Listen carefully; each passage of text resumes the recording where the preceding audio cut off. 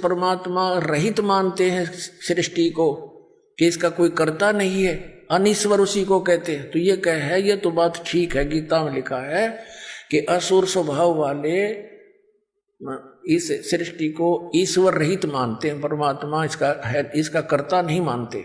ये कहना चाहता है कि गीता जी के इस 16वें अध्याय के 7 से लेकर 9 तक इसमें उन लोगों को असुर यानी राक्षस स्वभाव को नहीं कहा जो भगवान इसका कर्ता नहीं मानते ईश्वर का, उनके लिए कहा है जो दुराचारी है।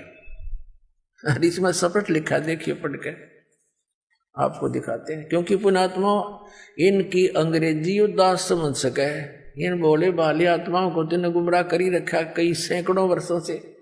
ये देखना है, ये गीता प्रेस गोरखपुर से प्रकाशित, इसमें स्पष्ट किया है 16वें अध्याय के 8वें श्लोक में कहा है, ये वे आसुरी प्रकृति वाले मनुष्य यानी राक्षस स्वभाव के व्यक्ति कहा करते हैं, जगत आश्रय रहित है, सर्वथा असत्य और बिना ईश्वर के है।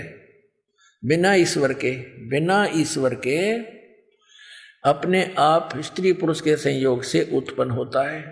अपने आत्माओं उन राक्षस स्वभाव वाले व्यक्तियों में से एक गुण ये भी है कि जो परमात्मा को बिना ईश्वर का मानते हैं, और ये लिपापोती क्या करने की चेष्टा कर रहा है देखिए।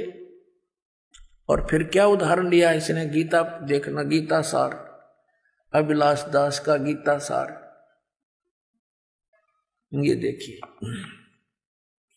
अध्याय नंबर 16 के इसने थोड़े से श्लोक लिए हैं, उनमें से ये गीता सार प्रश्न नंबर 204 पर आगे ये क्या कहना चाहता है कि जगत कर्ता ईश्वर न मानना, जगत का कर्ता ईश्वर न मानना असुरी संपदा नहीं। ये अपनी लीपापोती कर रहा है कि अपने को टालना चाहता है इसमें से। और फिर क्या बताता है कि वास्तव में ये क्या बताता है कि यदि वह अध्यात्मवादी या सदाचार प्रयाण है, यानी अध्यात्मवादी है ना, जो भगवान देखो अध्यात्म किसे कहते हैं, परमात्मा के बारे में जानकारी।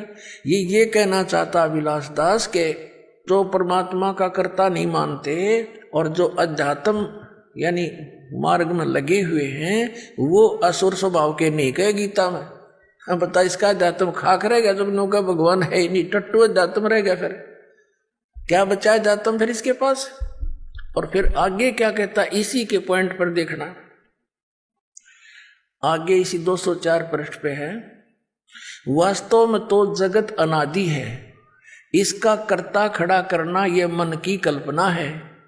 कर दिया स्पष्ट अभिलाष दास जी ने कि इसका कोई कर्ता खड़ा कर ले, किसी ने कोई बनाने वाला है, तो यह केवल एक बनावटी बात है, कल्पना है।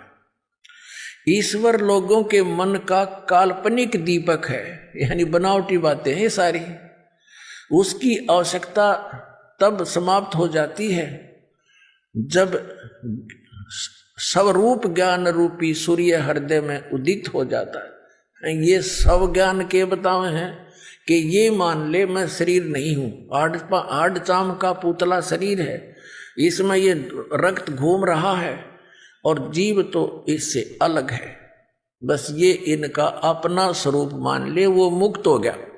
और फिर समाधि लगाना बताते हैं कि समाधि ऐसे हटता चला जाए तो शरीर नहीं है, तो रक्त चाम का पुतला नहीं है, तो मन भी नहीं है, तो कति स्वर्ण हो जा, यानी माइंडलेस मैन हो जाने के बाद ये मुक्त मानते हैं, मोक्ष मानते हैं। फिर आगे क्या बताया है इसने, और लिपापोती की है देखिए, कि जैसे गीता जी में कहा है कि वो असुर स्वभाव के हैं जो ईश्वर नहीं मानते, भगवान कर्ता नहीं मानते ईश्वर को।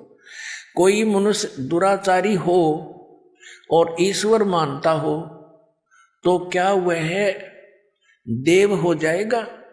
और यदि कोई ईश्वर तो नहीं मानता, यानी इस कर्ता ईश्वर तो न मानता हो, परंतु उसे स्वरूप ज्ञान, आत्म ज्ञान हो तथा वह सदाचारी हो, तो क्या वह असुर माना जाएगा? देख, ये अपने चेलों को दृढ़ रखने के लिए कि तेरा दामन थामे रहे, ये छोड़ ना जाए, ये सिद्ध करना चाहते हैं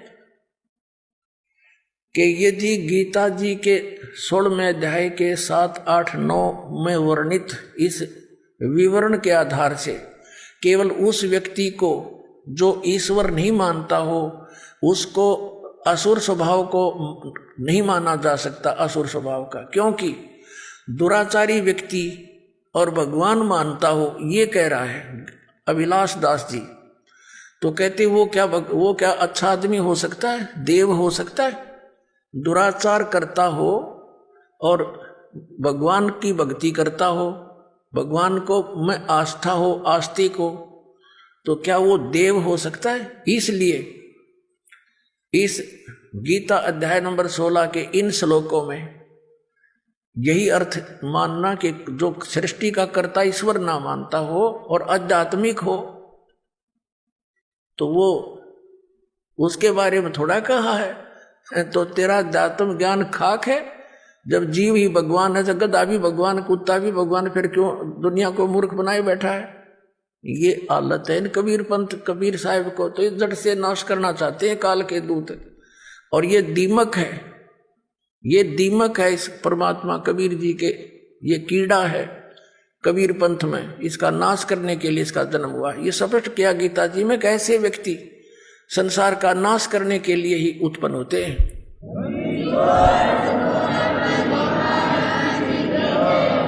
और कबीर साहब के उस ज्ञान, बीजक ज्ञान को ये क्या समझेगा जब इसने ये फाइनल कर दिया भगवान नहीं। तो उसके विषय में सूक्ष्म वेद में कहा कि बीजक की बाता कहेंगे बीजक ना ही आथ, ये पृथ्वी डोबण उतर रे का मीठी बात।